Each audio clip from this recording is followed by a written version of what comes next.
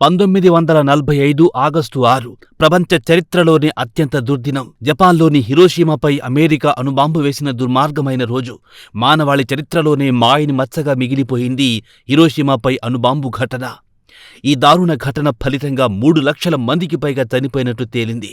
హిరోషిమాపై అణుబాంబు వేసిన ఘటన ఎలా జరిగిందో ఓసారి చూద్దాం.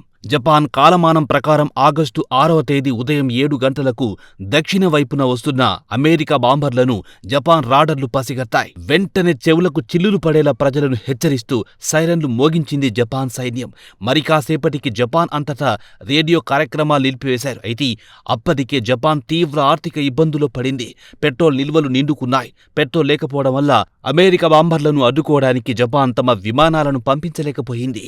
ఆ తర్వాత సరిగ్గా ఉదయం 8 గంటల 15 నిమిషాలకు B-29 బాంబర్ ఎనోలాగే విమానం 4 టన్నుల యురేనియంతో కూడిన అణుబాంబును హిరోషిమాపై ప్రయోగించింది.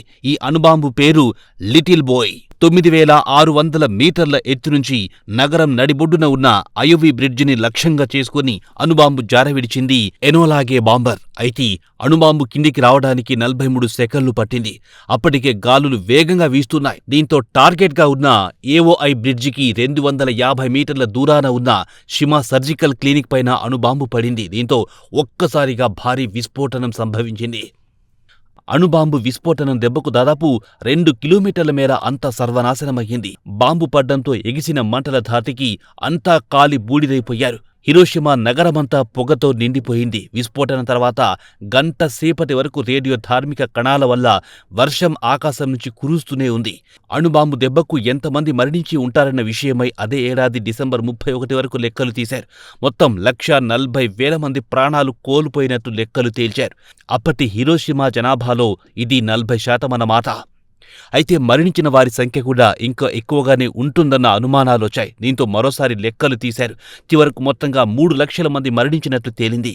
బాంబు దాడిలో బ్రతికి బయటపడ్డ వారి జీవితం ఆ తర్వాత డిసీజ్ ఎక్స్ అనే వ్యాధితో నరకప్రాయంగా మారింది. రక్తపు వాంతులు, జుట్టు రాలిపోవడం వంటి లక్షణాలతో దాదాపు 2 నెలల్లోనే చాలామంది చనిపోయారు.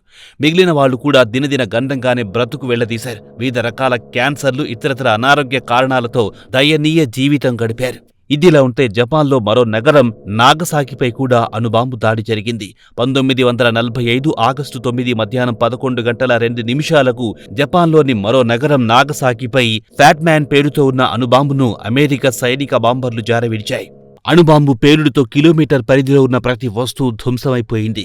క్షణాల్లోనే చాలా మంది చచ్చిపోయారు. జంతువులు మాడిపోయాయి. పేలుడు తీవ్రతకు 8 కిలోమీటర్ల దూరంలో ఉన్న ఇళ్ల అద్దాలు కూడా ముక్కలైపోయాయి. బాంబు పడిన ప్రాంతానికి 500 మీటర్ల దూరంలో ఉన్న ఓ ప్రైమరీ స్కూల్ కాంక్రీట్ స్తంభాలు తప్ప వేరే ఏం మిగల్లేదు. బాంబు పడిన కేంద్రానికి కిలోమీటర్ పరిధిలో ప్రతి వస్తువు వేడికి ఆవిరైపోయింది. అన్ని కాలి బూడిదైపోయాయి. మైక్రోసెకండ్ లోపలే నాగసాకి జైల్లోని 3 భవనాలు నేలమట్టమయ్యాయి. జైలర్ సహా జైల్లో ఉన్న ఖైదీలందరూ విగత జీవులుగా మారిపోయారు. అణుబాంబు విస్ఫోటనానికి నాగసాకిలో డాక్టర్లు, నర్సులందరూ చనిపోయారు. దీంతో కొంతకాలం పాటు గాయపడ్డ వారికి చికిత్స అందించేవారు కూడా నాగసాకిలో లేకుండా పోయారు.